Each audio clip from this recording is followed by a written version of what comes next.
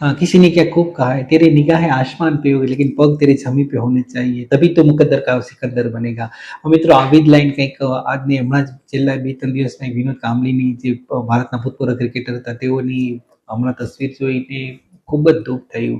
તેઓની જે અત્યારે જે હાલત છે, પણ એક વખત ક્યારે એવું કહેવાતું હતું કે વિનોદ કાંબલી અને સચિન તેંડુલકર જ્યારે છે તે વખતે હારે સાથે રમતા હતા, તો તેઓએ 2 દિવસની પાર્ટનરશિપમાં 684 રન 1986 કે આસપાસ ત્યારે કર્યા હતા. ત્યારે બધા એવું જ કહેતા હતા કે આ બંને ક્રિકેટરો તો ખૂબ જ ટેલેન્ટ છે. એમાં ખાસ કરીને જે વિનોદ કાંબલીનું પરફોર્મન્સ જે તે વખતે હતું, લાજવાબ પરફોર્મન્સ હતું ને બધા એમ જ કહેતા હતા કે આ ક્રિકેટર ખૂબ દુનિયામાં નામ રોશન કરશે ને એક પણ એવો વિશ્વ નહીં હોય કે આજે તેઓ રેકોર્ડ નહીં તોડે. પણ કમનસીબે અત્યારે સચિન ક્યાં છે, વિનોદ કાંબલી ક્યાં છે.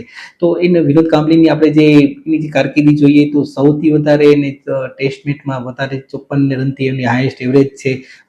સતત 3 ટેસ્ટમાં એને સદી ફટકારેલી છે.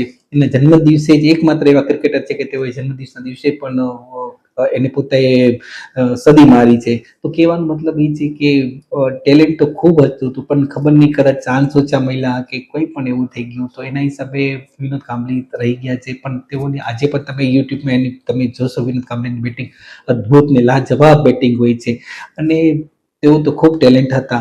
પણ કમનસીબે અત્યારે તો ખૂબ જ ઓલામાં જે અત્યારે જીવી રહ્યા છીએ. તો કહેવાનો મતલબ એ છે કે તમે ગમે એટલા મોટા થાઓ, ગમે એટલા આગળ વધો, ગમે એટલું તમારી પાસે ટેલેન્ટ આવે, પૈસા આવે, પણ હંમેશા પગ તમારા જમીન પર જ હોવા જોઈએ. ફરી પાછું આપણે આવી સરસ વાતો લઈ અને મળશું. હું છું દેવ નમરીલે. Thank you very much.